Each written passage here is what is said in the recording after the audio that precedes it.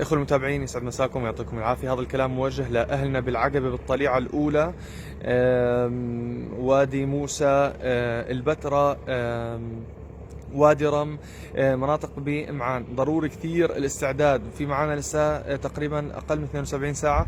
لازم كل المناطق الجنوبية أقصى جنوب المملكة تأخذ الحيطة والحذر. أنا بهيب بمحافظ العقبة وبالبلديات بجنوب المملكة أقصى جنوب المملكة أخذ كافة الاحتياطات اللازمة. المناهل لازم تكون نظيفة، المصارف لازم تكون نظيفة. هي أعطيتكم قبل طقس العرب وقبل كل الناس، لا تردوش على الكلام اللي الناس بتقول لكم احتمال زخات أمطار.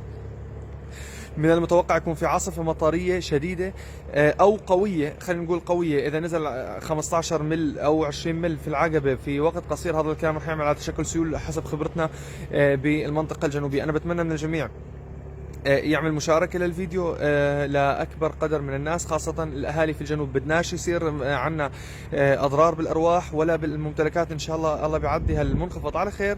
ولسه في طبعا التحديثات رح تكون تباعا بالنسبة لباقي المناطق. نحن ثابتين على كلامنا من 8 ايام الى الان، ونحن قاعدين نقول في عاصفه مطريه ان شاء الله راح تجتاح المنطقه بشكل عام، حوض الشرقي للبحر الابيض المتوسط على دفعات على 3 جبهات. هذا الكلام رح نفصله اليوم ان شاء الله تباعا. يعطيكم العافيه. مشاركه مشاركه مشاركه، ويسعد مساكم وسلام.